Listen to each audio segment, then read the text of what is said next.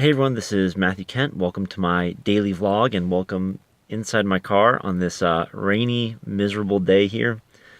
So one thing that I've been thinking about a lot, there's a blog that I've only read two articles on. And so I guess it's a little bit of shame that I've only read two articles because they've both been amazing. They're from a blog called Wait But Why. And the first one is called Your Life in Weeks. And the second one is called The Tail End.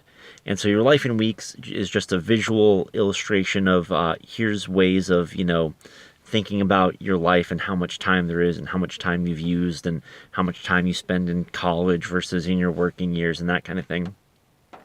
And then the tail end refers to, it's just various applications that the author makes off of that concept.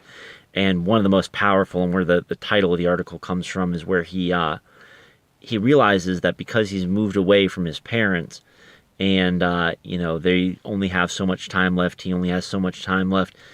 When he was a kid, he saw his parents every day, and probably what's happened now that the rate at which he sees them has slowed down, he's in the tail end of the amount of face-to-face encounters he has with his parents. He's used up something like 95% of all of his actual face-to-face interaction with his parents.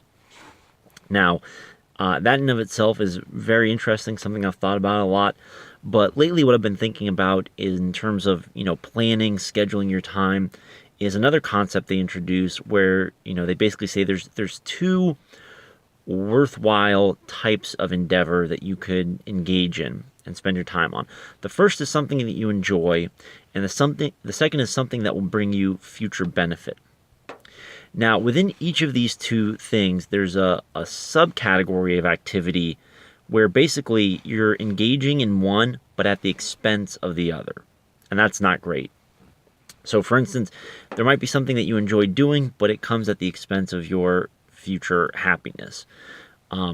Procrastinating on your homework assignment if you're in school, or like going into debt to, just buy some TV that's going to be outdated in 2 years. You'll enjoy it in the moment, and your future self is going to pay for it, basically.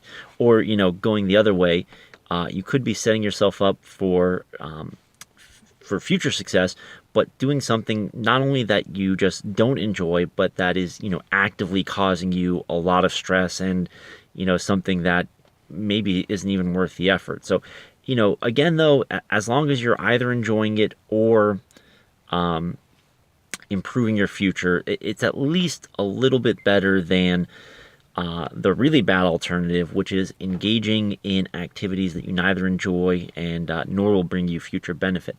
And these, unfortunately, I think sometimes we just fall into them because it's just out of inertia, out of the sense of it's just the path of least resistance. And so, for instance, I'm sure you've all had this experience where you didn't know what to do one day and you couldn't really think of anything you wanted to do, and you either couldn't think of anything you needed to do or just wasn't willing to get started on the things that you needed to do to bring yourself future benefit.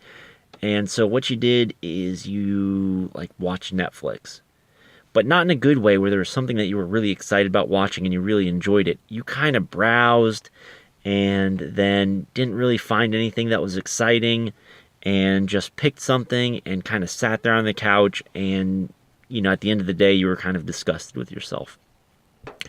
So that's obviously a really bad situation. The ideal is to find things where there's overlap between the enjoyment and providing future benefit.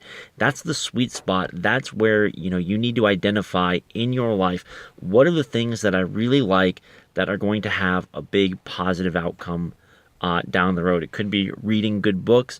It could be working on your business or your side hustle.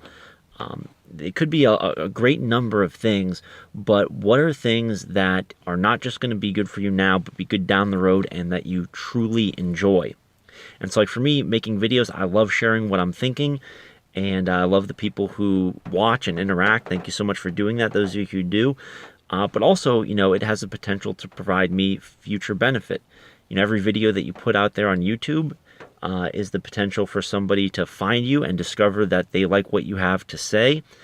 And so, everyone is a little bit of an opportunity to build an audience, build a following, build trust, build influence.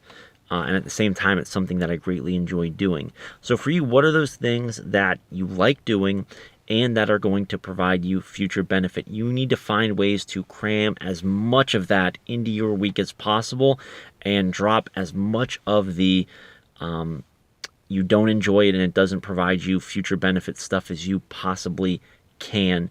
Most of us are just very uncritical with what we bring into our weeks.